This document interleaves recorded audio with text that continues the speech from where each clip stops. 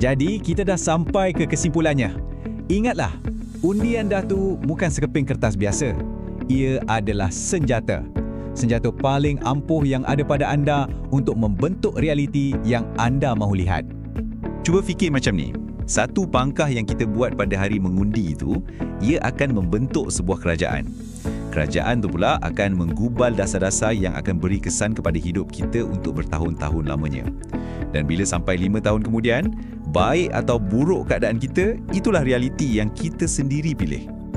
Jadi, misi anda dah jelas. Pertama, fahamkan macam mana sistem ni berfungsi. Kedua, milai karakter calon.